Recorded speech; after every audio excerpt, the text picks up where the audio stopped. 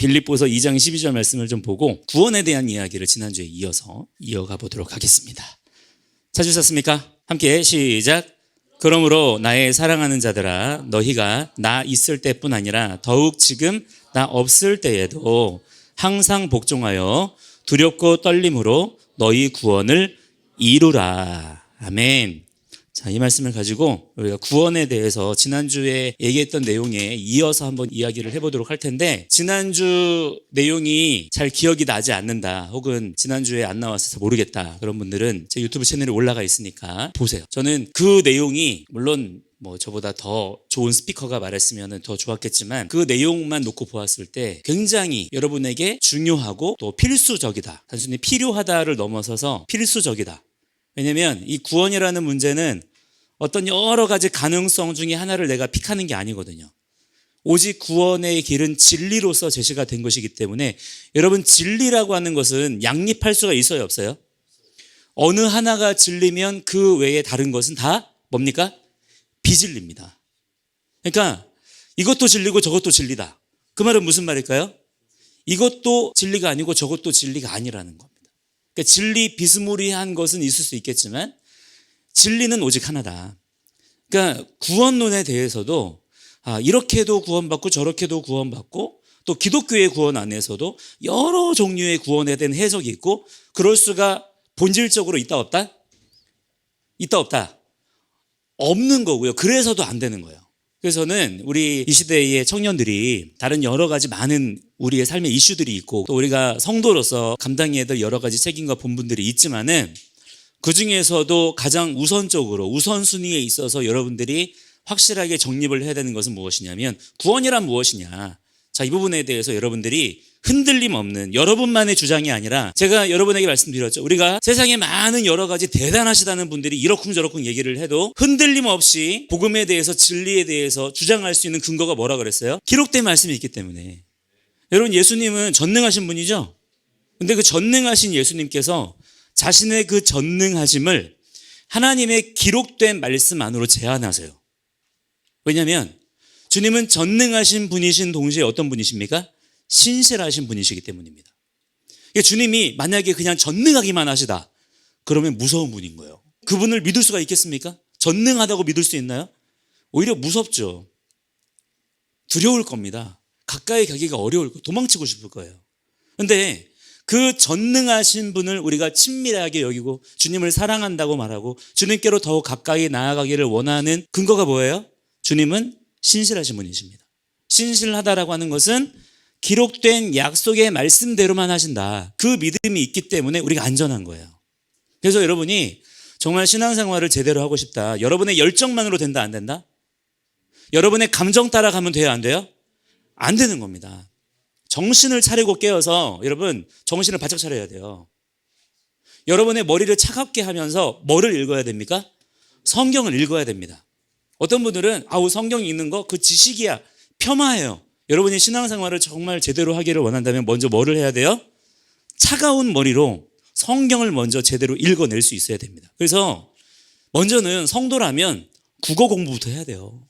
이게 성경을 읽으면서도 우리가 다 읽어낼 수 있잖아요. 근데 난 놓고 기억자도 모른다나? 정말로 그럴 수 있어요. 읽으면서도 이 말이 무슨 의미인지를 모를 수 있단 말이에요. 그러니까 여러분이 이 말씀을 더욱 깊이 깨닫고자 애쓰고 수고하고 노력하는 그런 여러분의 삶이 반드시 있어야 될 줄을 믿습니다. 여러분이 그러한 열정으로 말씀의 사람이 먼저 돼야 된다. 자, 그러한 관점으로 구원에 대해서 여러분들이 생각해 보고자 할 때, 여러분 예수님 믿죠? 구원 받았습니까? 아멘입니다. 자, 여기까지는 아멘인데, 근데 이 아멘이 진짜 아멘이 되려면 여러분이 그것을 느낌으로만 가져가면 된다, 안 된다? 나 예수님 믿고 나 구원 받았어. 근데 정작 그 사람한테, 그래? 너 구원 받았어? 그럼 구원이 뭐야? 라고 물어봤을 때 여러분의 대답이 있어야 된단 말이에요. 여러분, 구원이란 무엇입니까? 구원 받았습니까? 물어보면 아멘 해요. 구원 받았대. 왜냐하면 교회에서는 다 그렇게 얘기하니까. 근데 문제는 뭐냐면 성경이 말씀하는 구원이 무엇인지에 대해서 모르는 경우가 허다하더라. 오히려 구원 받았습니까? 라고 했을 때 생각하는 많은 종류의 구원에 대한 내용이 뭐냐면 불교에도 있고 힌두교에도 있고 또 뭐 이슬람교에도 있고 이런 많은 이방 신들, 이방 종교들에게도 있는 그런 개념들을 나는 그런 구원을 원한다, 나는 그런 구원을 받았다라고 생각하는 분들이 제가 보니까 적잖이만 있더라고요. 충격이에요. 자, 다시 한번 여러분, 구원은 오직 진리를 통해서만 얻게 되는 것인 줄 믿습니다. 그러니까 다른 여러 가지 방법이 있으면 돼야 안 돼요? 우리가 다 같이 일치단결해서 하나님, 우리는 이러한 것을 구원이라고 정의하기로 했습니다. 우리는 이렇게 하면 구원 받기로 했고, 그래서 하나님은 이러한 천국을 우리에게 주셔야 되니까 하나님 그렇게 하십시오. 자, 이렇게 하면 돼야 안 돼요? 이렇게 하는 것을 뭐라고 하냐면 우상 숭배라고 하는 겁니다. 우리가 원하는 것을 우리가 만들어낸 신을 통하여 얻고자 하는 행위, 그게 우상 숭배. 그게 종교예요, 종교. 그래서 제가 여러분에게 누차게 얘기하지만 기독교는 종교가 되면 된다, 안 된다? 안 됩니다. 기독교는 오직 진리여야 합니다. 우리는 진리를 따라가는 자들이 되어야 되지 진리를 이용하는 자들이 되어서는 안 된다라고 하는 거예요. 이 구원이라고 하는 것은 뭐냐면 구원의 근거가 뭡니까? 우리가 지금 죄와 사망의 권세에 붙잡혀 있기 때문에 우리에게 구원이 필요한 거예요.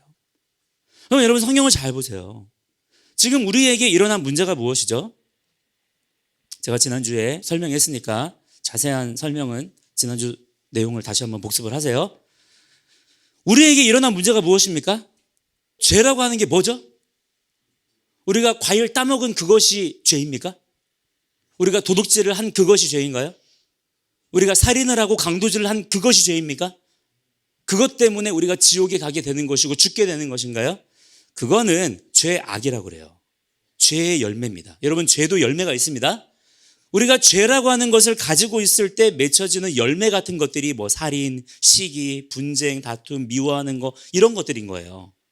그러면 죄의 본질은 뭐냐? 죄의 뿌리는 뭐냐면 하나님을 기뻐하지 않는 마음이에요. 하나님께 순종하지 아니하고자 하는 것. 하나님의 말씀대로 순종하기를 원하지 않아. 나는 내 식대로 살 거야. 나는 하나님을 왕으로 인정하지 않아. 내 인생은 내 거야. 나는 내 주관대로 살 거야. 이게 죄의 뿌리예요. 자, 이 마음이 여러분 안에 다 있습니까? 없습니까? 완전히 제거되었나요? 여전히 우리 안에 그 뿌리가 남아있어요. 이 뿌리 때문에 우리가 예수 믿고도 여전히 계속해서 죄악의 열매들을 맺는 삶들을 살게 되는 겁니다. 자, 그렇기 때문에 우리가 이 모든 죄와 사망의 권세 아래에서 구원을 받기 위해서는 하나님이 지으신 우리의 육체가 사라져야 구원받는 건가요? 하나님이 지으신 세상이 멸망해야 구원이 완성되는 건가요? 여러분, 그래요, 안 그래요? 그런데 이 말도 안 되는 논리가 기독교의 일반적인 구원론 안에 들어가 있어요. 예를 들어서 죽어야 구원받는다. 맞습니까? 틀립니까? 근데 거의 대부분 이렇게 얘기합니다. 90% 이상이에요. 죽어야 구원받는다. 또는 뭐 다른 말로 할까요? 죽으면 구원받는다. 마찬가지입니다. 지금 어떤 식의 논리가 기독교 안에 지금 들어와 있냐면 죽음이 구원의 조건이 되어버렸어요. 죽음이 구원의 통과 의례가 된 거예요. 죽음이라는 문을 통과해야만 구원받을 수 있어 라고 생각하는 겁니다. 왜? 이 우리의 육체는 죄만 지으니까 이 육체 불완전하단 말이에요. 죽는단 말이에요. 그러니까 이 피조성 없으면 좋겠다, 차라리. 우리의 영혼만으로 우리가 존재하면 하나님을 영과 영으로 사랑할 수 있을 거야. 우리가 영만 있으면 죄짓지 않고 하나님만 사랑하며 살 수 있을 거예요. 영원히 라고 하는 것이 누구 생각이에요? 적어도 하나님의 생각은 아닙니다. 왜? 하나님은 천지와 만물을 창조하신 분이기 때문에. 만약에 그랬다면 사람이 생각하는 그것을 하나님이 모르실까요? 만약에 그랬다면 창조하시지도 않았겠죠. 우리를 그냥 천사처럼 지으셨겠지. 그러나 하나님의 뜻은 피조물을 창조하기를 원하셨어요. 피조물 가운데 하나님의 선하신 뜻을 반영하기를 원하셨다 이 말이에요. 자, 그러니까 죽어야 구원받는다, 죽으면 천국이다. 자, 이런 말이 여러분 성립이 되면 됩니까? 안 됩니까? 이거는 그게 틀리다 맞다를 떠나서 그렇게 되면 안 되는 거예요. 그러면 성경이 말씀하는 구원은 뭐다? 이 죽음의 문제를 해결하는 것입니다. 죽음이 통과 의례가 되는 것이 아니라, 죽음이라고 하는 상황이 새롭게 해석이 되는 것이 아니라, 하나님께서 우리에게 주고자 하시는 구원은 뭐냐면 하나님의 창조 질서를 파괴하고 대적하는 사망의 권세를 깨뜨리시는 거예요. 그래서 지금 우리에게 처한 문제가 뭡니까? 본질적으로 죽는 거예요. 자, 우리만 그렇습니까? 원래 우리에게 맡겨진 존재인 이 모든 만물도 우리가 그렇게 타락하게 되자 지금 만물도 썩어짐을 당하고 있죠. 그게 지금 이 온 세상의 문제입니다. 자, 이 만물도 구원을 받아야 된다 그랬죠? 자, 그 문제가 무엇이에요? 죽음입니다. 그래서 하나님께서는 예수 그리스도의 부활을 통하여서 직접적으로 보여주신 거예요. 나 죽음의 문제를 해결할 거야. 얘들아 잘 봐. 나는 죽음을 미워해. 죽음은 나의 원수야. 나는 죽음을 없앨 거야. 나는 영원한 생명을 줄 거야. 나는 생명의 주님이야. 보여주셨어요, 그냥. 어떻게 해요? 유령의 모습으로? 아니요. 죽었던 그 몸을 다시 일으키셨어요. 여러분, 예수님의 몸은 일어났습니다. 만져졌어요. 제자들과 함께 거니셨습니다. 그 예수님의 부활의 모습을 500의 형제들이 함께 보았어요. 그리고 그 몸으로 승천에 올라가셨고 지금도 어디 계십니까? 하나님 보호자 우편에 부활체의 몸으로 그곳에 계시고, 할렐루야. 자, 이 믿음이 명확해야 됩니다. 그리고 천사들의 증언대로 그 몸으로 오십니다. 이것이 우리 기독교인들의 소망인 것이고, 자, 이것이 왜 소망이냐? 예수님은 우리의 첫째 부활, 부활의 첫 열매. 자, 첫 열매라고 하는 것은 무엇을 기대하게 만드는 거냐면 둘째 열매, 셋째 열매들을 기대하게 만드는 거예요. 첫째 열매가 딱 열리는 것을 보고 이제는 무엇을 기대하는 걸까요? 자, 무화과 나무가 있습니다. 무화과 나무. 무화과 나무의 첫 열매가 이렇게 열렸어요. 대충 이렇게 할게요, 그냥. 무화과라고 치세요. 네. 첫 열매가 열렸어요. 이거를 파괴라고 합니다. 파괴. 파괴라고 하는 첫 열매가 딱 열리면 유대인들은 어떤 사인으로 보냐면, 오, 이제 머지않아 테에나들이 열리겠구나. 테에나가 뭐냐면 두 번째 열매들이에요. 이제 곧 이어서 이 나무들에게 열매들이 많이 맺히겠구나라는 기대감을 갖는 거예요. 예수님께서 부활의 첫 열매라고 하는 것은 바로 이러한 기대감을 우리에게 보여주시는 것입니다. 자, 따라서 여러분, 예수님이 우리의 부활의 첫 열매가 되시죠? 그렇다면 여러분이, 야, 예수님 대단하다. 와, 예수님 부활하셨다. 와, 진짜 멋있다. 여기에서 만족하면 된다, 안 된다? 안 된다는 겁니다. 따라합니다. 예수 부활, 내 부활. 예수 부활, 내 부활. 자, 여러분이 정확한 언어로서 예수님의 부활을 바라보며 나의 부활을 또한 기대를 해야 되는 거예요. 자, 지난주에 얘기했죠. 부활의 핵심은 뭐다? 자, 누가 우등생인 거 봅시다. 부활의 핵심은 뭐다? 변화예요, 변화. 부활은 소생하는 게 아니에요. 죽었던 사람이 그냥 벌떡 일어나가지고 원래 그 모습 그대로 숨만 깔딱깔딱 쉬는 게 아니라 예수님의 부활이 그러했듯 예수님께서 부활하셔서 40일 동안이나 이 땅에 머무시며 제자들에게 똑똑히 보여주셨습니다. 왜 그들에게 보여주셨을까요? 그들이 복음의 증인들이기 때문에 보게 하신 거예요. 뭘 보게 하셨나요? 그분의 변화된 몸을 보게 하셨습니다. 분명히 예수님께서 몸으로 일어나셨는데 예수님 맞는데 그 몸은 이전의 몸과 다른 거예요. 죽기 전에 그 연약한 몸, 뭔가 제한사항이 많았던 그 몸이 아니라 이제는 모든 것을 초월하고 모든 만물 위에 있는 변화된 몸으로서의 소망을 제자들에게 보여주신 거예요. 자, 보게 하셨다는 것은 이것을 소망하라는 겁니다. 여러분, 이 소망이 여러분에게 있나요? 여러분이 이 소망을 가지고 사십니까? 아니면 죽으면 좋은 데 가겠지. 내가 죽으면 뭐 적어도 지옥엔 안 가겠지. 마치 사망보험 들듯이 그렇게 예수님 믿고 있습니까?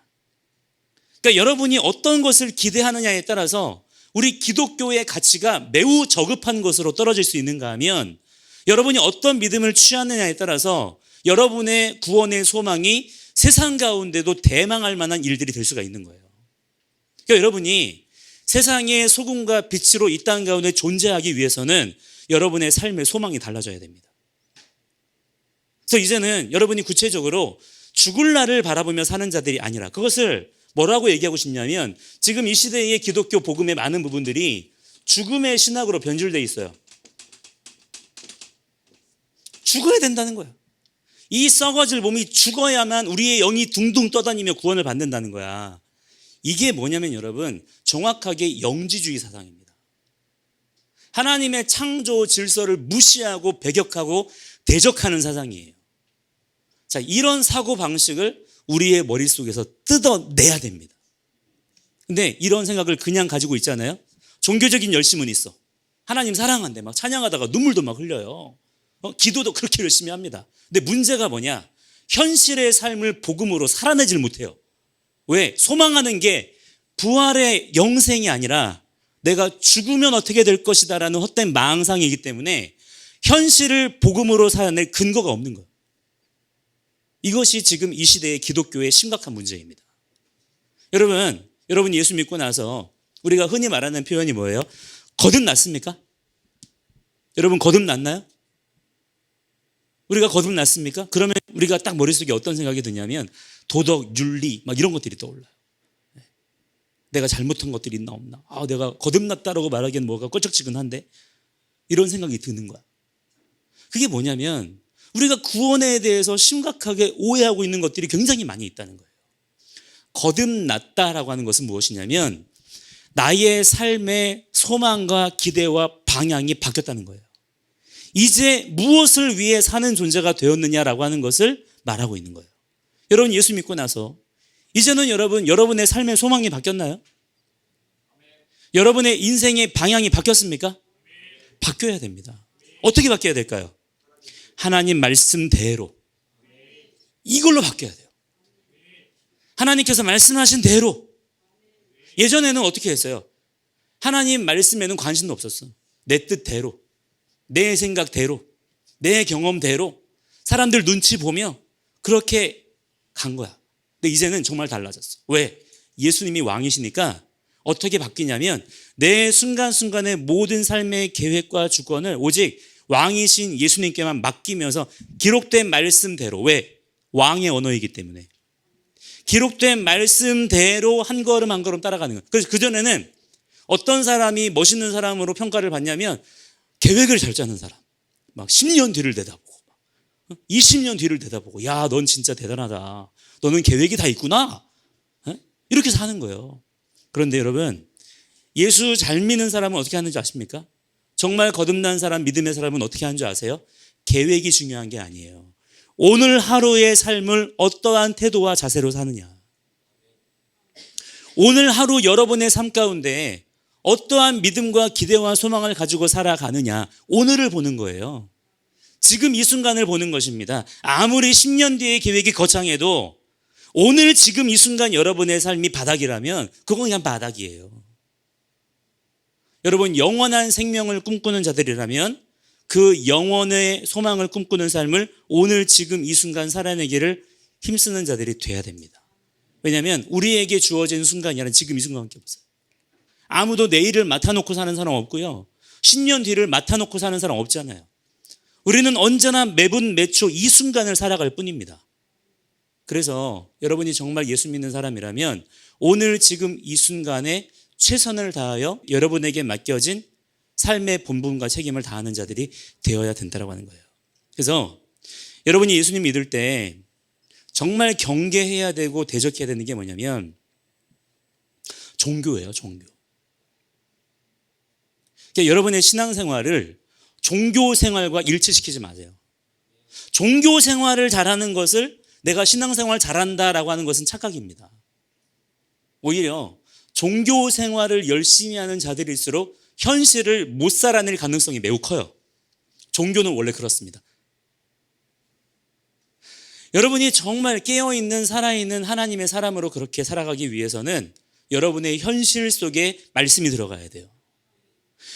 매 순간 매분 매초에 여러분의 모든 선택과 결정이 하나님께 영광을 돌리는 예배의 순간이 되어야 됩니다. 또 중요한 게 뭔지 아세요? 여러분의 인간관계예요.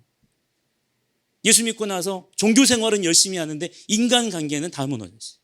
성실하지 않아. 오늘 말씀에 보는 것처럼 사도 바울이 뭐라고 말합니까? 나의 사랑하는 자들아, 너희가 나 있을 때뿐 아니라 더욱 지금 나 없을 때에도, 무슨 말이에요? 사람이 있든 없든 우리는 어떻게 합니까? 사람이 있을 때는 그 사람 쳐다보면서 뭔가를 막 하려고 하고, 사람이 없으면 무너지는 거잖아요. 그게 일반적인 삶의 패턴입니다. 근데 그렇게 하면 된다 안 된다? 이제 안 된다는 거예요. 항상 뭐하여? 복종하여. 여기서 중요한 것은 항상입니다. 일단 항상이 중요한 거예요. 항상은 무엇일까요? 우리는 항상 영원히 그러면 다음을 바라봐요. 10년 뒤, 20년 뒤를 바라봅니다. 그러나 항상이라는 말은 우리한테 적용될 수 있는 건 뭐냐면 항상은 언제나 순간이에요. 지금 이 순간. 뭐하여? 복종하여. 신앙생활이란 무엇이냐? 지금 이 순간 복종하는 거예요. 자, 복종의 대상은 무엇이죠? 하나님인데 더 정확하게 하나님의 기록된 말씀에 따라, 말씀하신 대로. 그래서 우리에게 성령님이 필요한 것입니다. 그래서 믿음의 훈련이 필요한 거예요. 여러분, 예수 믿고 나서 구원받은 하나님의 자녀가 되었을 때에 항상 매 순간마다 주님 말씀대로 복종하는 삶을 선택하시기를 축복합니다. 할렐루야. 그렇게 할 뿐만 아니라 그 다음 키워드가 뭐냐면 두렵고 떨림이에요. 구원받은 성도에게 반드시 있어야 되는 특징이 무엇이냐면 두렵고 떨림을 소유한 사람인 것입니다. 매 순간 긴장하는 거예요. 왜 긴장하나요? 하나님은 살아계신 분이기 때문에. 그 살아계신 분이 그냥 둥둥 떠다니는 영이 아니라 하나님 그분이 만물의 창조자이시고 나의 왕이신 분이기 때문에 그분 앞에 매 순간 긴장하며 두렵고 떨림으로. 이 말은 무서워서 벌벌 떠는 게 아니라 그분을 존중하는 것입니다. 그분을 높여드리는 거예요. 모든 선택과 결정의 주권을 누구에게 넘겨드리는 거예요? 하나님 그분께 넘겨드리는 겁니다. 근데 지금 우리는 너무나 많이 선택과 결정을 내 식대로 그냥 막 해버려요. 그런 것들 하나하나를 우리가 고쳐가는 거예요. 또 뭐가 있나요? 너희의 구원을 어떻게 하라는 거예요? 이루라 라고 말씀합니다. 많은 경우에 구원을 그냥 이례적으로 받는 것인 줄 알아요. 구원 받았어, 끝! 이제 너는 죽으면 천당이야. 성경에 없는 개념이에요. 구원이라고 하는 것은 하나님과의 깨졌던 관계가 다시 회복되어 하나님과의 관계가 가까워지는 것이기 때문에 구원이라고 하는 것은 절대적으로 관계적인 용어입니다. 쉽게 말해서 여러분 결혼 관계를 생각해 보세요. 남편과 아내가 서로 만나가지고 결혼식을 딱 했어요. 서로 언약을 맺은 거죠. 부부가 되었습니다. 이제 여러분 부부 관계는 그렇게 결혼식 했기 때문에 앞으로 그냥 쭉 가나요? 자동적으로 가나요?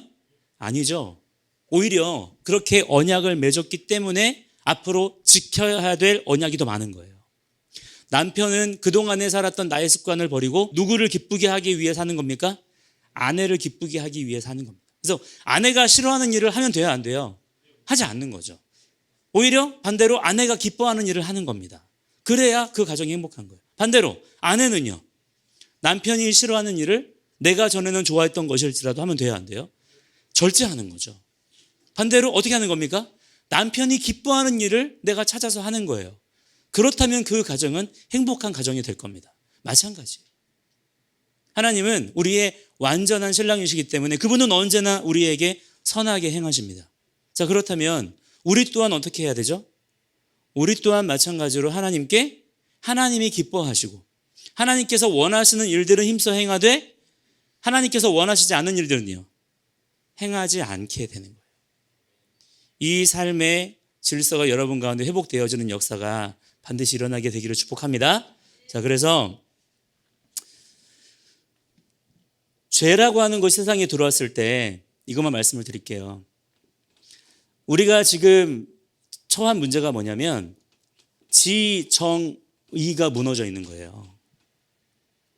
구원이라고 하는 것은 우리가 죽고 나서 어디로 갈 거냐의 문제가 아니에요.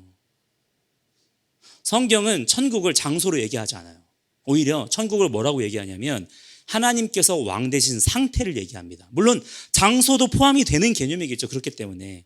그렇지만 하나님께서는 천국이라고 하는 개념을 단순히 장소로 얘기하지 않으신다고요. 오히려 여러분, 죄가 세상에 들어왔을 때에 우리에게 일어난 문제는 뭐냐면, 하나님이 우리 안에 지어놓으신 자유의지 안에 포함되어 있는 지, 정, 의가 왜곡되고 훼손된 거예요.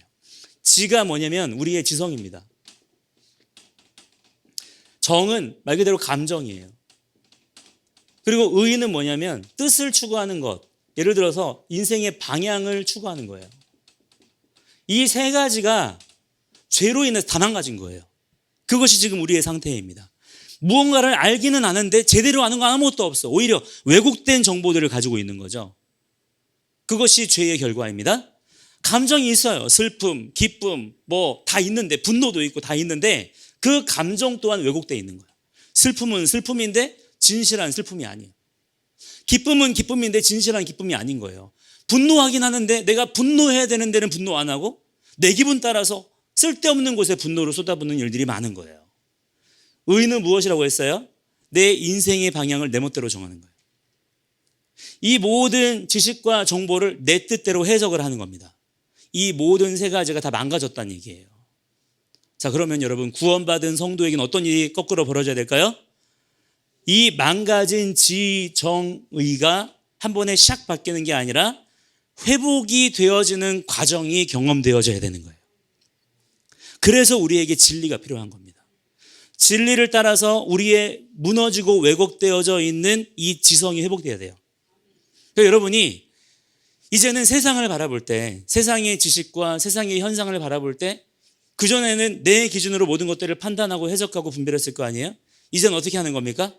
하나님의 말씀을 기준으로 하여서 이것이 과연 합당한가, 옳은 것인가, 그른 것인가를 판단할 줄 아는 자들이 되셔야 돼요. 정의라고 하는 건 무엇입니까? 어떻게 우리의 감정의 회복이 일어나야 되나요? 나의 감정의 주권자는 오직 하나님이십니다. 이전에는 내 감정 따라서 슬퍼할 때 확 슬퍼하게 되고 기뻐할 때 확 기뻐하게 되었지만 이제는 나의 감정을 절제할 줄 아는 거예요. 마지막으로 무엇이 정의인가? 무엇이 선한 것인가? 무엇이 하나님의 뜻인가? 무엇이 주님께서 기뻐하시는 방향인가? 이것을 생각할 수 있는 여러분의 사고가 열려야 된다는 것입니다. 그러니까 구원받았다라고 하는 것이 교회 안에서 그냥 몇 가지 종교 생활 잘한다고 해서 얻어지는 것일 수가 있겠습니까? 오히려 여러분의 삶 전체를 통해서 발견되어져야 되고 경험되어져야만 되는 것이죠. 그래서 저는 우리 사랑하는 우리 청년 여러분들이 이러한 분명한 구원에 대한 기준을 가지시고 이 시대에 먼저는 여러분 스스로가 일단 여러분의 인생을 바로 세우셔야 돼요. 일단 그게 중요합니다. 그래서 이 구원관이 바로 서 있는 사람은 구원관이 이렇게 세워져 있는데 여러분의 인생은 대충 살고 말이 될까요? 그럴 수가 없는 거예요. 구원관이 명확하다면 그 사람은 세계관이 바뀔 수밖에 없습니다. 인생의 방향이 구체적으로 바뀌는 거예요. 말이 바뀌고요. 실제 내가 앞으로 어떤 삶을 살아야 될 것인가, 인간관계의 기준도 바뀌어요. 내 고집을 내려놓습니다. 그래서 무례히 행치 아니하고 사람들이 보든 안 보든 두렵고 떨림으로 하나님 앞에 서는 거예요. 그래서 성실하게 하는 겁니다. 그래서 여러분, 구원받은 의인들의 특징은 뭐냐면 작은 일에 충성하는 거예요. 작은 일이 뭡니까? 사람들이 알아주지 않고 인정해주지 않는 일이죠. 우리에게 큰 일이란 뭐예요? 반대로 사람들이 알아주고 인정해주는 일이에요. 자, 여러분이 정말 내가 거듭났나? 알고 싶다면 그걸 보세요. 나는 작은 일을 추구하나 큰 일을 추구하나? 내가 작은 일은 기피하고 사람들이 알아주고 인정해주는 내가 기분 좋아하는 큰 일만 추구한다면 지금 여러분의 구원관은 확실하지 않은 것입니다. 그러나 여러분의 구원관이 확실하다면 여러분은 의지적으로, 자연스럽게 저절로 되진 않아요. 의지적으로입니다. 의지적으로 작은 일을 충성할 수 있도록 여러분이 뜻을 정하여 그것을 하게 될 거예요. 바꾸려고 할 것입니다. 자, 두 번째는 뭐냐면, 먼저는 여러분이 바뀌고 두 번째는 그렇게 바뀐 여러분의 삶을 통해서 이 세상에 무너져 있는 질서와 가치들이 바뀌어지는 역사가 일어나야 되는 거예요. 그 자리에 우리가 부름을 받은 것입니다. 그러니까 지금 이 시대의 구원의 패러다임은 많은 경우에 개인 영혼 구원으로 지금 치우쳐 있어요. 너 예수 믿고 네 영혼 구원 받으라는 거예요. 이게 얼마나 심각한 비진리인 줄 아십니까? 성경은 뭐라고 말씀하냐면 너는 만물의 화해와 회복을 이루라는 거예요. 그것을 위해 우리가 구원받은 거예요. 그래서 우리의 구원이라고 하는 것은 쉬기 위해서 구원받는 게 아니에요. 반대입니다. 일하기 위해서 구원받는 거예요. 뭘 했다고 쉬어요? 한 게 없는데. 하나님 나라를 기준으로 여러분 한 게 뭐가 있어요, 우리가? 우리는 한 게 없어요. 우리의 구원을 이루어 우리는 이제부터 하나님 나라의 일들에 쓰임받는 자들이 돼야죠. 그게 구원의 목적이라 이 말입니다. 이 분명한 여러분의 삶의 기준을 세우시고 그렇게 살아가실 수 있는 그런 여러분의 삶이 되시기를 축복합니다. 함께 이 시간에 여러분 같이 좀 통성으로 기도하기 원하는데 한 2주 동안 이 잘못된 구원론과 싸우느라고 스트레스 엄청 받았어요. 왜 그러냐면 사랑하는 교회 안에 이런 잘못된 구원론이 아무렇게나 퍼져 있는 게 너무 그냥 정직하게 얘기할게요. 짜증나요. 사랑하는 교회 안에. 여러분 우리는 그런 어떤 복음에 대한 분명한 단호한 어떤 태도가 있어야 됩니다. 비진리가 막 들려오는데도 뭐 저렇게 말하는 사람도 있나 봐. 여러분 그거는 진리에 합당한 태도가 아니라고 생각해요. 저는 그래요. 저는 오히려 내가 정말 진리를 추구하고 하나님의 나라를 사모하는 사람인데 나는 예수님을 사랑하는 사람인데 근데 옆에서 내가 사랑하는 주님에 대해서 그 귀한 진리에 대해서 다르게 왜곡하고 변질시키고 폄하하는 내용들이 들려온다. 가만히 있는 것이 이상한 거 아닌가요, 여러분? 마음이 편한 것이 이상한 거 아니에요? 그렇다고 막 우리가 막 다 때려 부수고 다니면 안 되겠지만 절제할 줄 알아야 되겠고 또 무리히 행치 말아야 되겠죠. 그렇지만 저는 그보다 먼저 앞서서 여러분이 진실하게 행동을 해야 된다고 생각합니다. 그래서 이 시간에 여러분 기도할 때 하나님 제가 진리의 파수꾼이 되게 하여 주시옵소서.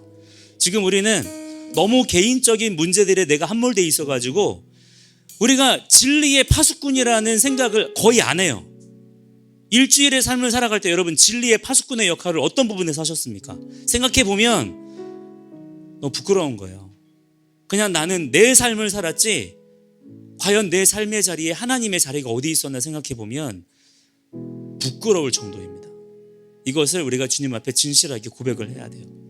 하나님 내가 진리의 파수꾼의 삶을 살아가는 자가 될 수 있도록 인도하여 주시옵소서. 주는 나에게 진리의 말씀을 가르쳐 주시옵소서. 우리 함께 간절한 마음으로 우리 주여 부르고 함께 기도합니다. 주님